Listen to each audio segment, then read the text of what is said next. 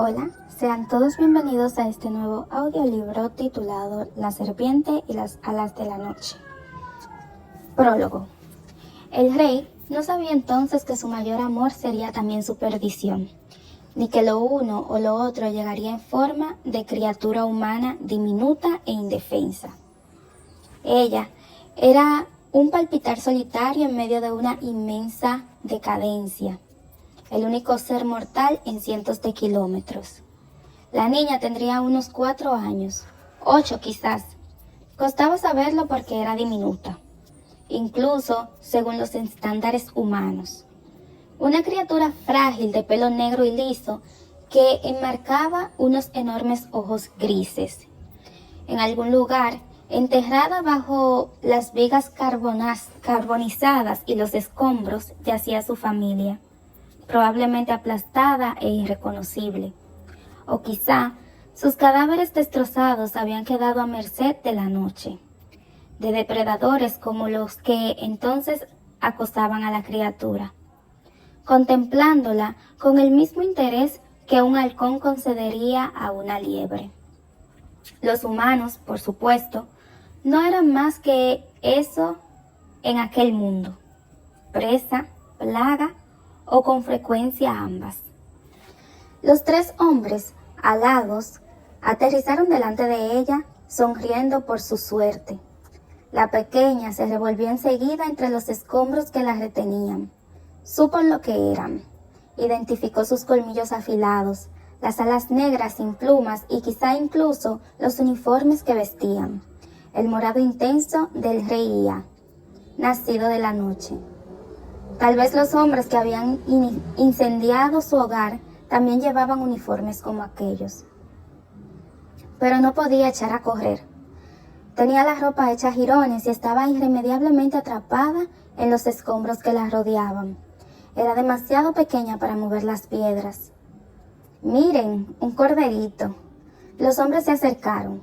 Uno quiso tocarla y ella le gruñó y le enganchó las yemas de los dedos con sus dientecitos romos.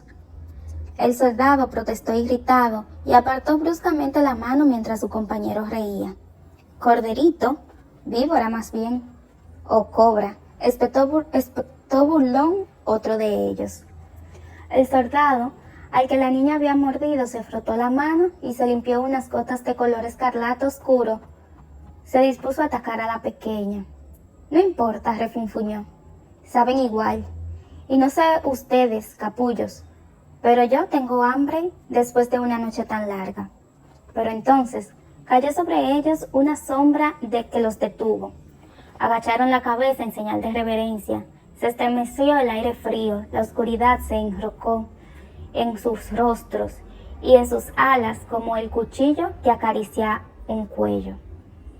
Él reía, no pronunció ni una sola palabra. No fue preciso.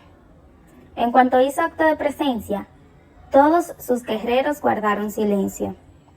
No era el vampiro más fuerte físicamente, tampoco el guerrero más temible, ni el más sabio, pero decían que lo había bendecido a la mismísima diosa Niatzia, y cualquiera que lo hubiera conocido daba fe de ello. Resumaba poder por cada uno de sus poros, y la muerte tiznaba cada aliento. Sus soldados no dijeron nada al verlo acercarse a las ruinas de aquella casucha. «Se ha aniquilado a los Richa de la zona», se aventuró a decir uno de ellos al cabo de un rato. «El resto de los nuestros se ha ido al norte» y el rey levantó la mano y el guerrero cayó. Se arrodilló delante de la pequeña, que lo miró furibunda.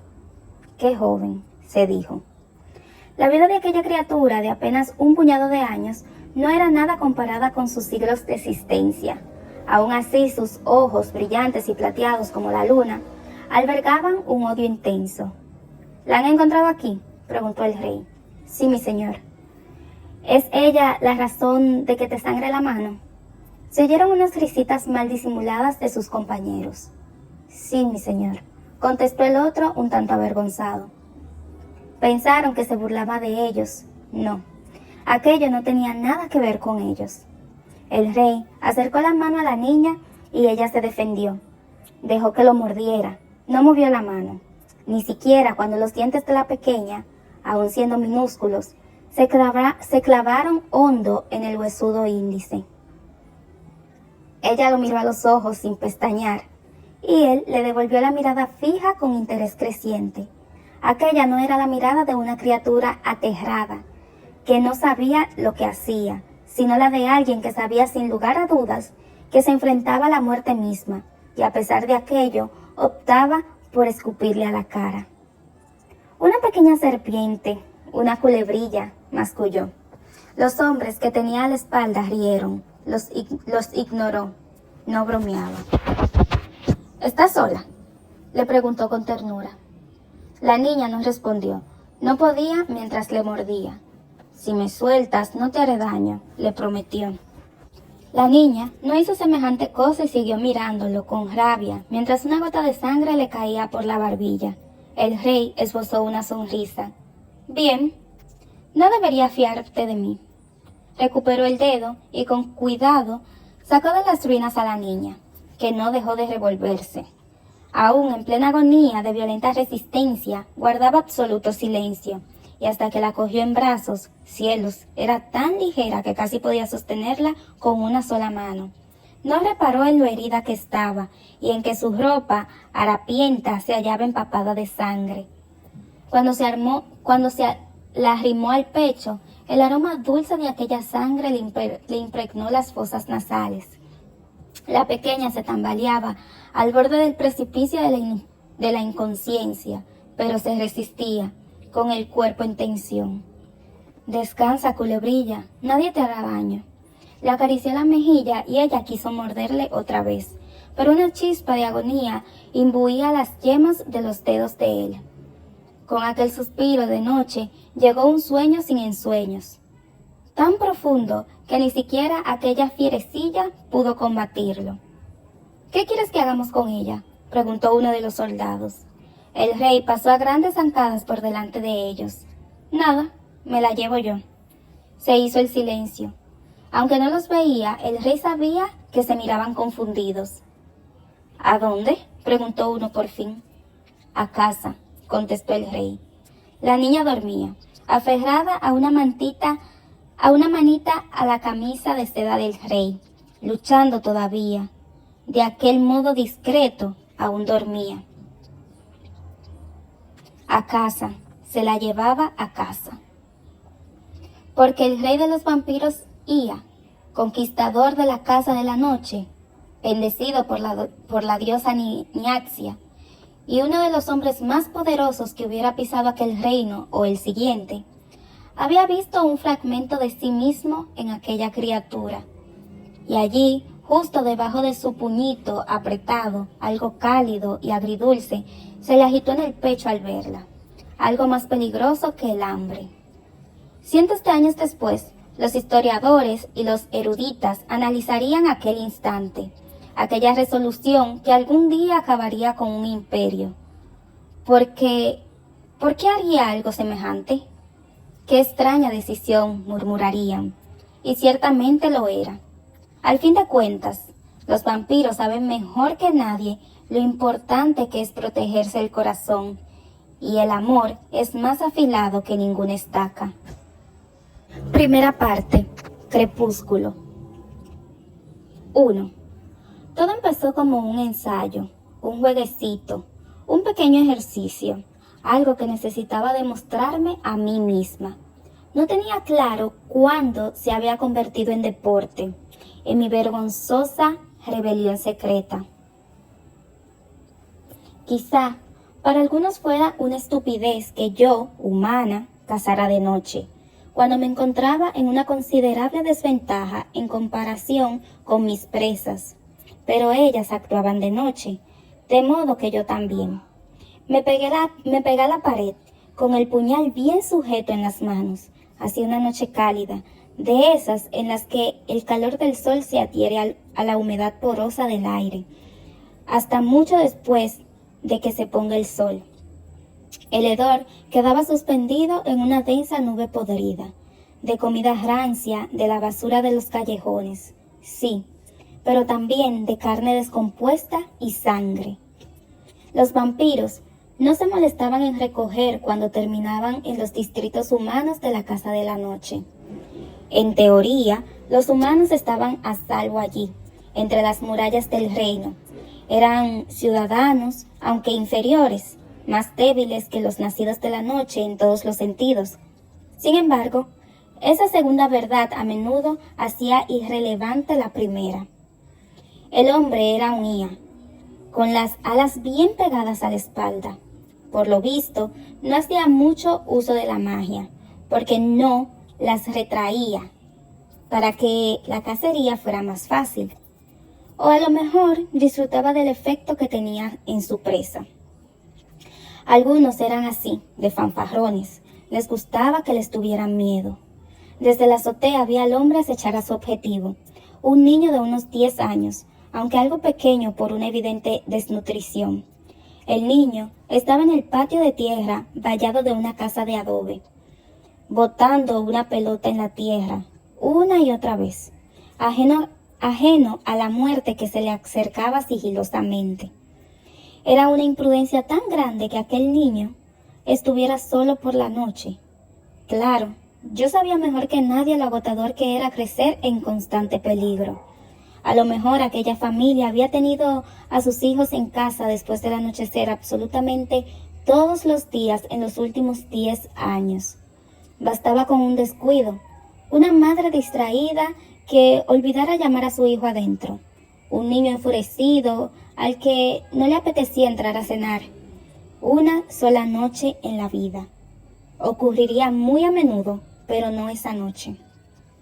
Cuando el vampiro se moviera, me movería yo también. Me dejé caer de la azotea del adoquinado. No hice ruido, pero el oído de los vampiros era impecable. El hombre se dio la vuelta y me saludó con una mirada gélida y una sonrisa de medio lado que revelaba el destello de los colmillos afilados. ¿Me había reconocido? A veces sucedía. A ese no le di ocasión.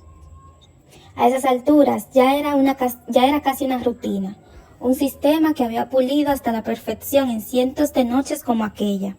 Primero las alas, 2 cortes, uno en cada una, lo suficiente para evitar que volara. Con los vampiros ya, eso era fácil. La piel membranosa era delicada como la del papel. A veces me topaba con unos vampiros Richard, y esos eran algo más complicados, porque las alas plumadas resultaban más difíciles de pinchar. Pero había depurado la técnica. Aquel paso era importante, y por eso era el primero. Necesitaba que se quedaran allí, en el suelo, conmigo. Una vez cometí el error de saltarme ese paso, y aprendí la lección, pero casi no lo cuento. Como no podía ser más fuerte que ellos, debía ser más precisa. No había tiempo para errores. El vampiro profirió un sonido a medio camino entre un aullido de dolor y un gruñido de rabia. Los latidos de mi corazón eran ya un tamborileo rápido, con la sangre cerca de la epidermis. Me pregunté si la olería. Me había pasado la vida entera intentando ocultar el bombeo de mi sangre, pero en ese preciso instante me alegraba de ello. Los volví estúpidos. Aquel imbécil ni siquiera iba armado, pero aún así se abalanzó sobre mí sin preocuparse por nada. Me encantaba. De verdad me chiflaba que me subestimaran. Una puñalada en el costado, debajo de las costillas y otra en el cuello. No bastaba para matarlo, pero sí para hacerlo flaquear. Lo empujé contra la pared, clavándole uno de los puñales para retenerlo. Había impregnado en filo con David, un paralizante de efecto inmediato, potente pero de corta duración. Solo funcionaría unos minutos, pero era todo lo que necesitaba. Apenas consiguió arañarme la mejilla un par de veces con aquellos dedos afilados como cuchillas antes de que sus movimientos se debilitaran. Y justo cuando vi que parpadeaba rápido como queriendo mantenerse despierto, ataqué. Tienes que empujar fuerte para atravesar el esternón. Así lo hice. lo bastante para partirle el hueso y abrir un pasaje hasta el corazón. Los vampiros eran más fuertes que yo en todos los sentidos. Sus cuerpos eran más musculosos, sus movimientos más rápidos, sus dientes más afilados, pero el corazón lo tenían igual de blando. En el instante en que el puñal les atravesaba el pecho, siempre oía la voz de mi padre. No apartes la mirada, culebrilla, me susurraba Vincent al oído. No lo hice, ni entonces ni en el momento presente, porque sabía lo que vería allí, en la oscuridad. Sabía que vería el hermoso rostro de un niño al que en su día había querido mucho y con el mismo aspecto que cuando mi cuchillo le entró en el pecho. Los vampiros eran los hijos de la diosa de la muerte. Por eso me hacía gracia que la temieran tanto como los humanos. Los observaba todas las veces y veía cómo el terror se instalaba en su rostro al caer en cuenta de que venía a buscarlos. Al menos en eso éramos iguales. Al menos en el momento final éramos todos unos malditos cobardes. La sangre de los vampiros era más oscura que la de los humanos, casi negra, como si la hubiera ido oscureciendo capa por capa. La sangre de los humanos y animales consumida a lo largo de los años, o de los siglos. En cuanto dejé caer al vampiro, me vi cubierta de ella. Me aparté del cuerpo. Solo entonces vi a la familia mirándome sin parpadear. Era sigilosa, pero no lo bastante como para pasar inadvertida cuando estaba casi en el umbral. La madre abrazaba ya con fuerza al niño. Había un hombre con ellos y otra criatura, una niña. Eran delgados, sus ropas corrientes y raídas, manchadas tras largas jornadas de trabajo. Estaban los cuatro a la puerta de la vivienda con la mirada fija en mí. Me quedé paralizada como un ciervo atrapado por un rastreador en el bosque. Qué curioso que fueran aquellos humanos hambrientos, no los vampiros, los que hicieran pasar de cazadora a cazada. A lo mejor era porque cuando estaba con vampiros sabía lo que era, pero al mirar a aquellos humanos, los contornos se emborochaban y les faltaba definición, como si contemplara un reflejo distorsionado de mí misma, o quizás yo fuera el reflejo. Ellos eran como yo y, aún así, no encontraba semejanzas entre nosotros. Imaginaba que si abría la boca para hablar con ellos, los unos ni siquiera entenderíamos los ruidos que hacían los otros. A mí me parecían animales. La triste verdad era que tal vez en parte me asqueaban, del mismo modo que me asqueaban mis propios defectos humanos. Sin embargo, otra parte de mí, quizá la que recordaba que yo en su día había vivido en una casa idéntica a aquella, ansiaba acercarse. No iba a hacerlo, desde luego. No, yo no era un vampiro. Eso lo tenía clarísimo cada instante, cada día. Pero tampoco era uno de ellos. Un frío súbito me asaltó la mejilla. Me la toqué y me noté en los dedos mojados. Lluvia. Las gotas interrumpieron nuestro silencio de repente. La mujer dio un paso adelante como si fuera a decir algo, pero yo ya me había refugiado de nuevo en las sombras. No pude resistirme al rodeo. En circunstancias normales había trepado por los castillos directamente hasta mi cuarto, en las torres occidentales. En cambio subí por el este. Salté la tapia del jardín y me dirigí a los aposentos de los criados. Me colé por la ventana que daba a un arbusto inmenso de flores añiles que se volvían plateadas a la luz de la luna. En cuanto mis pies tocaron el suelo, maldije, a punto de caer cuando lo que parecía un montón de tejido líquido se deslizó bajo mis botas y por encima de la madera lisa. La carcajada sonó como un graznido de un cuervo y terminé enseguida en una abundancia de toses. Seda, graznó la anciana, la mejor trampa para los ladronzuelos. Este sitio es un puto desastre, Ilana. Bah. Volvió a la esquina y me miró con los ojos fruncidos, mientras le daba una calada honda y entrecortada al puro y expulsaba el humo por la nariz. Vestía un tul vaporoso teñido de oleadas de color. El pelo, entrecano, se amontonaba en lo alto de su cabeza con admirable volumen. De los lóbulos de las orejas le colgaban unos pendientes de oro, y sus ojos arrugados iban pintados de sombra de color azul grisáceo sobre una capa generosa de coho. Su vivienda era tan colorida y caótica como ella. Había ropa, joyas y pinturas chillonas en todas las superficies. Yo había entrado por la ventana del salón, que cerré entonces para evitar que se colapse con la lluvia. El sitio era diminuto, pero mucho más bonito que las casuchas de adobe medio derruidas del distrito humano. Me miró de arriba abajo, frotándose el cuello. No acepto críticas de una rata calada como tú. Me miré yo también y palidecí. Solo entonces, a la cálida luz del farolillo, reparé en la pinta tan espantosa que llevaba. ¿Quién diría que eres bonita debajo de todo eso, Oraya?, prosiguió. La muerte se ha empeñado en hacerte parecer lo menos atractiva posible. Por cierto, tengo una cosa para ti. Toma. Con unas manos artísticas y nudosas, hurcó en un montón de telas arrugadas que tenía al lado y me lanzó una desde el otro extremo de la estancia. Cógela. La cacé al vuelo y la desplegué. La banda de seda era de un largo casi equivalente a mi altura y de un asombroso violeta fuerte ribeteado de oro. Me ha recordado a ti, dijo Iliana, y apoyándose en el marco de la puerta, le dio una calada al puro. No le pregunté de dónde había sacado algo así. La edad no le había hecho los dedos menos ágiles ni menos largos. Quédatelo. Yo no llevo estas cosas, ya lo sabes. En el día iba vestida solo de negro, ropa sencilla que llamara poco la atención y me permitía libertad de movimientos.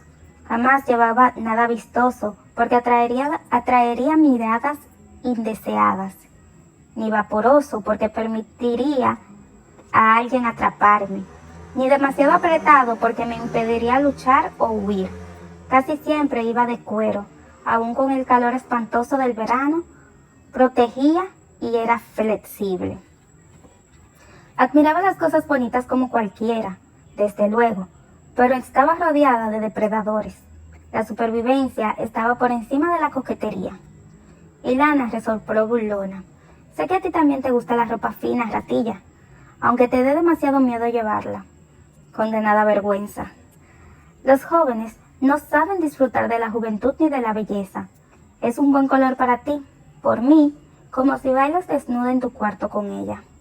Enarqué las cejas mirando su horda de colores. ¿Eso es lo que haces tú con tus telas? Me guiñó un ojo. Todo eso y más. Y no finjas que tú no. Ilana nunca había estado en mi cuarto, y sin embargo me conocía lo suficiente como para saber que, en efecto, tenía un solo cajón repleto de baratijas de vivos colores que había ido coleccionando a lo largo de los años, cosas que eran innecesariamente ostentosas para llevarlas en esta vida, pero que a lo mejor podía soñar con ponérmelas en otra. Por más que intentaba explicárselo, Ilana no entendía mi cautela. Me había dejado clarísimo muchísimas veces que estaba harta proclamaba de ser cauta. La verdad es que no sabía cómo aquella bruja había sobrevivido tanto tiempo, pero estaba agradecida por ello. Los humanos que habían visto en los suburbios esa mañana no se parecían en nada a mí, y los vampiros que me rodeaban menos aún. Solo Ilana estaba en un punto intermedio exactamente igual que yo, aunque por razones muy distintas. A mí me habían criado en este mundo, pero ella había entrado en él por voluntad propia hace 10 años. De adolescente me fascinaba. Había conocido a muy pocos humanos más. Entonces no supe ver que Ilana era, aún entre los humanos, un tanto peculiar. Ilana volvió a tocarse el cuello. Vi que en el paño que sujetaba, en el paño no era rojo o al menos no lo había sido en un principio. Me acerqué y reparé en las heridas de su cuello. 3 punciones dobles. Luego le vi el vendaje en la muñeca que ocultaba solo niaxia. Sabía cuántas más. Debió de cambiarme la cara porque soltó otra carcajada. Hoy han cenado por todo lo alto, dijo. Me han pagado bien por ello. Me han pagado para que unos hombres guapos me chupen el cuello toda la noche. A mi yo más joven le había entusiasmado. No fui capaz ni de forzar una sonrisa. Sí, no tenía ni idea de cómo Ilana había sobrevivido tanto tiempo. La mayoría de los depredadores voluntarios de sangre humana no eran muchos y morían al año de empezar a trabajar. Yo sabía de sobra el escaso autocontrol que tenían los vampiros cuando había hambre de por medio. Ilana y yo jamás nos pondríamos de acuerdo en algunas cosas. Voy a estar ausente un tiempo, cambié de tema. Solo quería hacértelo saber para que no te preocupes. Se quedó pasmada. Aún a la escasa luz de la estancia, la vi palidecer 2 tonos. Ese desgraciado, ¿lo vas a hacer? No me apetecía tener aquella conversación, aunque la veía venir. Tú tendrías que pensarte lo de dejar la ciudad interior un tiempo, proseguí. Ir a los distritos. Sé que lo odias, pero al menos allí me importa una mierda. Es el quejar, Ilana. Aquí no estás a salvo. Ningún humano está a salvo fuera del distrito protegido. El distrito protegido, ese suburbio. Me marché por una razón. Apesta miseria. Arrugó la nariz. A miseria y a pis. Es una zona segura. No me pasó inadvertida la paradoja de decir algo así cuando yo misma iba cubierta de sangre tras volver de aquel lugar.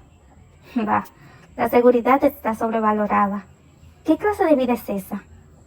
¿Quieres que me vaya cuando los acontecimientos más emocionantes en los últimos 2 siglos está a punto de producirse a la puerta de mi casa? No, cielo, no pienso hacerlo. Me había dicho a mí misma que mantendría la calma. Sabía que seguramente Ilana no me haría caso. Aún así, no fui capaz de disimular mi frustración. Eso es una estupidez. Son solo unos meses o incluso unos días. Si te marcharas solo para la inauguración, una estupidez, espectó. Eso es lo que él dice. Eso es lo que te dice a ti siempre que quieres algo que escapa de su control. Resoplé entre dientes. Sí, Vincent me llamaría estúpida si me negase a protegerme sin motivo, y lo haría con razón. Puede que el distrito humano sea un lodazal, pero al menos los humanos de allí cuentan con una supuesta protección.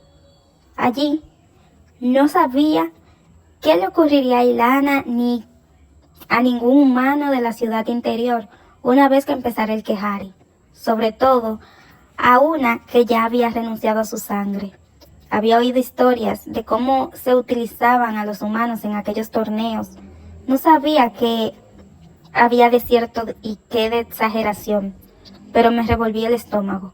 A veces me daba ganas de preguntarle a Vincent, pero sabía que pensaría que me preocupaba por mí misma. No quería que se preocupara por mí, más de lo que ya lo hacía. Además, él tampoco sabía lo amigas que nos habíamos hecho Ilana y yo en los últimos años. Había muchas cosas que Vincent ignoraba, aspectos que no encajaban en la imagen que tenía de mí, igual que había cosas de mí que Ilana jamás entendería. Aún así, no sabía qué haría sin cualquiera de los dos. No tenía familia allí. A quien quiera que estuviera conmigo en aquella casa cuando Vincent me encontró, lo habían matado.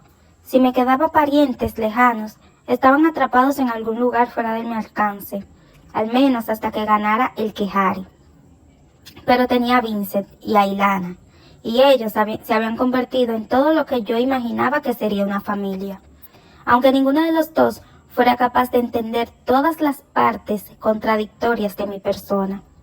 En ese momento en que la posibilidad de perder a Ilana me parecía de pronto demasiado tangible, El miedo se aferró al corazón y se negaba a soltarme. Ilana, por favor, le dije con voz extrañamente rota, por favor, vete. Ella suavizó el gesto, apagó el puro en un cenicero rebosante y se me acercó tanto que casi le podía contar las patas de gallo. Su mano, apergaminada, me acarició la mejilla. Olía a humo y a un perfume de rosas demasiado empalagoso y a sangre.